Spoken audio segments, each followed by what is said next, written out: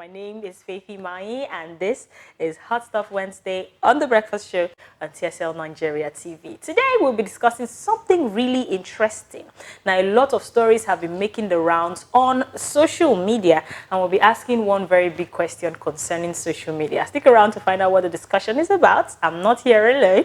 I'm right here with the very beautiful Favor of Yeloba, my amazing co-host, and of course, Soge. Good to see y'all, ladies. Thank you. Stick around, we'll be right back. We'll go to the gist proper.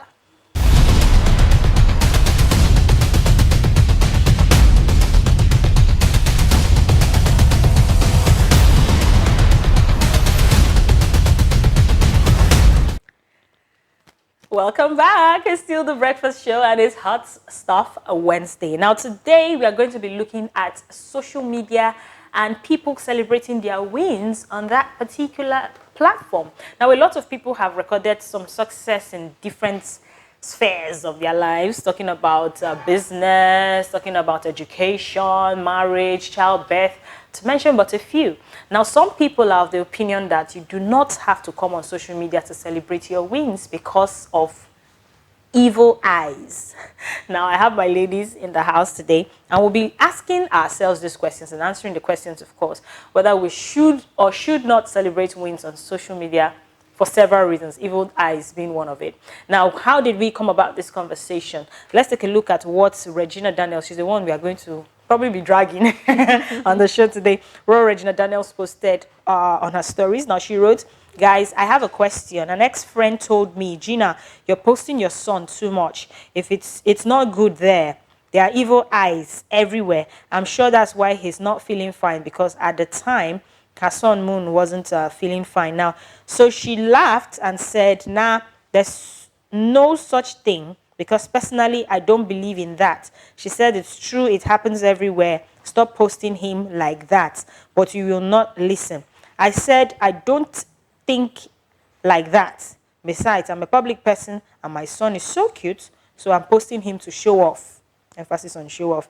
So she said, "No problem," and ended the call. But here comes my concern. That same person now posts her son like almost every day. And I'm wondering, could it be that she took my leads, or was she annoyed seeing my son on her timeline? Now, personally, what comes to my mind when I see a friend's baby or any other cute child is, "Oh, so cute, like my Moon." If I see the child 1 million times, I compliment 1 million times. So you guys, tell me, do you think I post my child too much, blah, blah, blah, blah, blah? And does he annoy you sometimes? But the point here is she's complaining about a friend who actually called her, someone who is no longer a friend, an ex-friend, according to her, saying that she posts her son's picture too much on the gram and it's not supposed to be so because of evil eyes. So I'm going to be asking, Favor, what's your take on celebrating wins on social media? Could be anything. What's your take on that? Faith, for me, I think celebrating wins on social media, it's a good thing. Whether I celebrate on social media or off social media, celebration is celebration. But one thing for me is that when you begin to post too much, when you begin to celebrate too much, it will be as if you're the only person winning. And other persons are, they are not winning. But those are your wins now. Well. Yeah, they are your wins, but then you should also mind the way you post. You should limit some things. You've won already. Thank God. You won already? You've won already. Thank God. Keep some things to yourself and, let other person be. So, what's your take? Do you think it's appropriate? For me, I would not say it's inappropriate. Okay. Because I have been expecting this thing for a very long time and eventually comes to me. Yeah. Sometimes out of excitement, you don't even think it through. Just be like, oh my God, you're overwhelmed, and then you post. So, but I would say, in line with what Favor said, everything in moderation. Like, let's say, for example, you've been expecting a huge amount of money. A huge sum. You've been expecting a huge sum. You don't just go on your social media, on Instagram or WhatsApp, and say, oh my God, the 50 million naira I've been expecting has come. You have to use sense. Yeah. So just say something, exciting happened to me today. What I've been expecting for a very long time came to me. Thank God, blah, blah, blah, blah, blah. And then you move on. Be cryptic. There should be... There should be an element of suspense. Don't just put your entire life out there. Yes. Yeah. So let's talk about posting kids right now. Favor, you have kids. Yeah. And I'm sure there's you have a particular, orientation about kids and social media? Do you think it's appropriate to post your kids? Because some people will post, I beg your pardon, will post drop off, will post pick up, will post lunchtime, will post first birthday, second birthday. My baby is angry today. My baby is not happy today. And the evil eyes thing. What's your take on the evil eyes thing, especially when it has to do with posting children on social media? For me, as a parent, you're in charge of decisions for your children. They can't make decisions for themselves, at that young age. So you make decisions all through. Them. So for now, my decision is for them not to be too addicted to social media, because social media is very, very addictive, And if you put them out there too much, they become too vulnerable. So I only put them on social media maybe during their birthdays, celebrate them, just join me in thanking God for my child's birthday and all of that. But not, I have to put drop off, pick up. No, I don't do all of that, because I document those moments, but I keep them. I want them to grow up. When they grow up and they are the type that want to live their life on social media, if they choose them content, then I'll give them what they want. They can start using it for throwbacks or whatever comes up during their time. But for now, I have to be very, like you said, cryptic about what I post. I have to select what I post. I don't want to put them out there too much. I'm not the only one that have. So does it have anything to do with the evil eye thing, by any chance? I don't see that evil. I don't know what the evil eye is all about. Because we have a few celebrities who do not post their children. Somebody like Funke Akindele doesn't. She has a set of twins, but she doesn't. Nobody knows what they look like. I think she has a reason for that. When you've gone also through some certainties in life, you want to just keep some things private. Like Funke Akindele, she had a hard time getting married, having children. Yes. So there are some things that are so precious to you. You will do everything within your power to ensure that you do it right. Imagine you post them now, and somebody will say, I thought the baby would be fine like the mother. Or, it doesn't look like the father. Those words can be so damaging, you understand? So you want to keep those sections aside. Depends on what you've gone through. So, okay, what's your take on kids, social media? Well, I don't have any yet.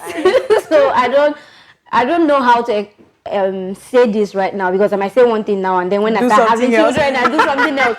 But I just think, for the talking about evil eyes, we cannot really shy away from that or negate it completely, because we're in Nigeria and really terrible stuff happens. True that. But also, I don't see social media as, I don't know how other people see it. I don't see it as, I've put my kids now on social media, exposing them, their vulnerability, or people will just come and say things. There are children that at the age of 1 or 2, they're already influencers. So what stops my own child from being that? So you're 1 year old, you're already making the money that you're probably... Start making money. Yes, the money you're going to use for your fees. Most parents have children as retirement plans. So these days, if you're 2-year-old, 3-year-old is an influencer, man, no longer I have to retire early now. I can retire at 30. Yes, you understand. But I still believe that some things are still outrageous. There's some things that you post are outrageous. Like you said, there's some nice, very, very sweet moments that you capture and you keep for yourself, but it doesn't really have to be out there. Or other than that, please, if you have a kid's child, display your child. Okay, so let's move away from kids right now and talk about material possessions. Houses, cars, new wristwatch, new this, new whip, new that, new hair, travel, vacations, and a lot of people just put out a chunk of content, and when I'm like, this person is always busy. Their every next move. So they give us Monaco things to talk about today, Paris tomorrow, and I'm like, is it only this person that came to this world? And some people, draw off some kind of energy from all of those contents. For some, it's motivational. They look at themselves and say, if Favor can do it, I can do it. While some other people won't follow, block straight, like, what is this now? Now only you did this world, because they feel pressured. So when you are posting on social media, talking about material possessions now, are you posting because you want to motivate someone? Because some people would.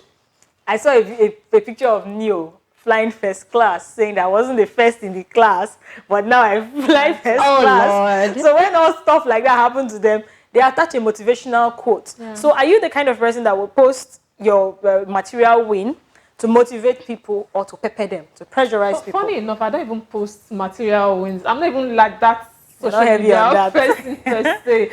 But one thing about social media is that you have different audience here and there. People, whenever you post anything, people will decide to take which they want to take. They'll digest whatever they want to digest. So your own intention is quite different from what you are putting out. When you put it out there, whatever they are taking is left for them. So if they want to take it as a motivation, fine. If they want to take it as you beefing or trying to oppress them, fine. But your intention, you know, you're trying to motivate, and it's okay. Okay, so you post in case you start posting. Yes, it's for motivation purpose. I got that. Well, I hardly even post to begin with. Everybody's forming that they don't. No, funny enough, if you check my, follow me up, look me up. If you check, you would find that my post on social media is very, very scanty. And then when I do, maybe it's something that matters to me, that's very dear to me. Let's say, for example, I landed a new job, I put it out there. Some people may think you're peppering them all because some people get new jobs and they don't announce, they just resume. Exactly, but I'm not responsible for what you think or how you take it. So I'm putting it out there. It's still like me telling other people that, okay, at so and so point, documentation, you know, they say internet never forgets, for documentation purpose, and then also for credibility. Let's say, for example, you want to move from one place to another and somebody's telling you, have you done this before? You say yes. Okay, go and check mine. Because nowadays people barely even ask you for your CV. Your Instagram account is like your CV. Says it all. Yes, can you do this? Yes, I can do it. Okay, go and check my post. Follow me up on social media. So if you decide to think that I'm using it to pepper you, then I think maybe you should. It's a perception thing, and you should work on yourself. Truly, I think it's just the same way, you know, people go to church and, you know, hold the mic and give testimony. You are announcing. This is the same way on social media. You know, you are coming out to type something and say, "Oh, God did this for me." But in church, join me to thank God. In church, you're celebrating with your brothers and sisters. Yes, even in church. But on social media, sit down in church and feel like, now let's on social media, you're celebrating with your yard people. No, on social media, you know, people follow you for different reasons. Some people are following you. You have monetary experience. Some people are following you to spy on you. Some people are following you to just check. Some persons are there. They've been praying for one thing that they've not gotten for years, and you have it. They'll still have that mindset of, oh, how come God is blessing this person? I've not gotten mine. So it's the same thing on the social media streets. Okay, so we've looked at ourselves as people who give out content. Let's switch the script now. Let's be the people receiving content. Okay. Have you at any point felt pressured by anybody's post? Oh yes. Be it a friend, a celebrity crush, or whatever. Oh yes. There's a particular celebrity beefing low-key right now. Yes, I'm beefing. She's an actress, Sharon Oja. So I follow her. Life is too good to be true. You know, I follow her up a lot. I'll be like, hey God, she's a smallie like me, she's a smallie like me, but if she can. So sometimes I'll just be like, I beg Sharon, get out. But sometimes I'll just be like, you know what, I'm coming. So, but your beefing angle is coming with a bit of motivation. Yes, of course. And you're happy for her so that she's winning. Yes, of course. And pray for yourself that you too one get day to that stage. Definitely. Okay, so that's your own life? I don't really know her, so I would just be killing myself. What's your own life? No, nobody at all. On my own. Are you serious? Anyways, I think a few people I'll just see on the gram. It will not come from a place of beef. It will come from a place of how did this person do it? And how does this person's life look so seamless? But I'm not trying to say I used to be happy when they post their downtimes. But when they post their downtimes, it comforts me in a certain way. Yeah. Because I get to understand that above everything, they are human. Of course. And they actually face one or two challenges. That's why I keep saying, do not believe everything you see on social media. Some people, there's someone I know right now, he traveled. He has come back from the trip, but he's still dropping the old pictures one by one. So some people do not even know that he's around right now. But he's just still posting the old pictures from his trip. And some people will still be wondering if he's still out of the country. So they're all human beings. Of course. It's okay for you to feel pressured. Like, if I had started my acting career at 15, I'm definitely sure I'd have been like, so other stuff like that will still fall in place. I know I've felt that way sometimes, but it only just gets me motivated. And you know, my motivation does not last for 5 minutes. I'm like, I can do it. And then I'm like, I can't come and kill myself. It's when you begin to leverage on that pressure and begin to say, oh, this person is always winning. I'm not winning. I'm not good. You begin to look down on yourself. So that's why I feel there's something I used to say. I'm not putting I'm not obligating people to post their downsides, but if there is something you can talk about, a challenge that you faced at some point in your life or in your career, something you feel you can talk about it. Yes. So that people would take it easy on themselves, because sometimes you keep posting your wins. It's good for you, back-to-back wins, it's fine. But at some point, just, I was watching a documentary yesterday, a very short one, about a movie production. Now, when we see a movie out, we will not know the amount of stress people, the cast and the crew had, gone through to produce that movie. So the producer was being honest. Some other people they were interviewing were like, it was great. The cast and crew, 100%. Everybody brought their A game. But the producer was the only person that gave us the truth. She said it was tasking, that they had a lot of challenges, from the location bus breaking down to everything. I was like, okay, so really it's not that easy. So if I have to embark on this kind of journey and I experience this kind of challenges, I will not start hitting my head and saying, why is it me? The big names too also face all of these challenges. So I just feel if you have any challenging situation, just share. Not every detail, but just make yourself vulnerable sometimes. Let's also know that stuff like that happens. So, okay, you mentioned church and and testimony and announcement. What do you make of people who come to church? I'm not saying don't testify, because I think the clerics always advise us to testify so that God can do more for you. But you see people come out to testify about monies that they have received and start calling figures. I get scared. Why do I get scared? Which figures? Because you just mentioned that in church, it's not everybody that is your brother and your sister. Of course. A lot of people are there who, are just waiting for your downfall or looking for a way to plan one or two. Some people are there for business, some people are there to steal. I've seen, my phone has been stolen in church before, and I'm not even sure I've recovered from who stole the phone. Because that one is a story for another day. So a lot of people gather in church, and you see people, that's like another social media. You see people giving testimonies about how God did it for them. The contract of 200 million has just come. And you won't believe it that my profits from that contract is 180 million. Wow. Some people are shouting hallelujah because they are truly happy. Some people are shouting hallelujah because they want know to they are visit going you. home with, They want to visit you later. Some people are shouting hallelujah because they want to tax you at the end of service. So how do you do testimony time in church? How do you handle it, especially when you want to talk about a financial blessing? See, in church, we have different classes, okay? In life, different classes also in church. So there are people in church that, they are working and earning 6 figure, while there are people who are earning just 2 figure. 2 figure. So if you see someone giving a testimony that relates to 6 figure, and you're not doing that job that relates to 6 figure, you don't have any business there. Just pray that someday you will get there. We're all giving this testimony because we're thanking God for what he has done. Do you think it's appropriate for them to mention figures though? Mentioning figures, I think sometimes it's out of excitement. But I don't think it's appropriate. But if they want to do it, it's left for them. It's what they want to do. Because I've seen in churches where people write check to give offering. People write check as their tithes, and you are still folding your own in your hand. So you are in different classes. That's why you're in the same church, different classes. So you don't have to get yourself worked up with what their figures. Pray that someday you get to that stage and you have that amount. Fantastic. All right, we are going to finalize on this note. Time is fast spent already, but I will not let this show end without mentioning influencers. We mentioned Regina Daniel at the beginning of the show, talking about her son and stuff. And now just this morning, we are seeing her issue a disclaimer saying that she never really used any of Jeruma's products, the Kayamata dealer. And I begin to wonder, why would you influence what you would not use? What are you trying to say? What do you make of people who have actually used what you're saying you can never? Saying that you can never use, and a lot of young people have already gone out to use this product. And what was the medium you used to market this product? Social media.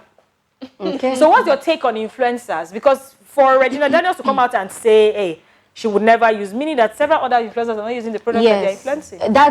It tells very poorly on them. And I think because of this, a lot of other influencers who actually, are honest with their business associates might lose out on some deals because of this thing Regina Daniels just did. And it also goes to prove that it's not everything that you see on social media that is gospel. So somebody influential, somebody Sharon Oja comes out to say, to be Sharon. yes, she comes out to say that, oh, she uses this body cream and it makes her skin popping. First of all, we're not even the same complexion, so because I like her so much, I'm going to buy. What am I looking for? I feel attacked. Shots fired. This one is direct. So you know, what am I looking for? What I'm looking for, I'll definitely get it. So you just like Favor said earlier, everybody, we're all in different classes. Just do things according to what you can afford. Do things according to where you are right now at the moment. Even if you feel that Sharon Oja or let me just leave her alone. Leave her. Or Regina Daniels said something, it doesn't mean it's actually true. Because now look at what's happening. It's quite sad. Yes. It's quite sad. In a nutshell, I would say if social media brought us together, you know, made people make business, have money and all of that, at the same time, social media can also separate us, you know, due to what we post. So in a nutshell, I would say when we're sharing things on social media, we should limit what we share to an extent. We should not put our whole life on social media. People should not know our next move. We should be cautious of what we do. All right, that's how much we can take. Time is up. Thank you, ladies, for coming on set today. Please do not forget to follow us on all our social media platforms across and TSL Nigeria TV. Until we come your way next time, my name is Favor Ovianloba. Have a blessed day. Stay connected to TSL Nigeria and get updates on the go all day, every day. Subscribe to our YouTube channel on TSL Nigeria Space TV and join our online family.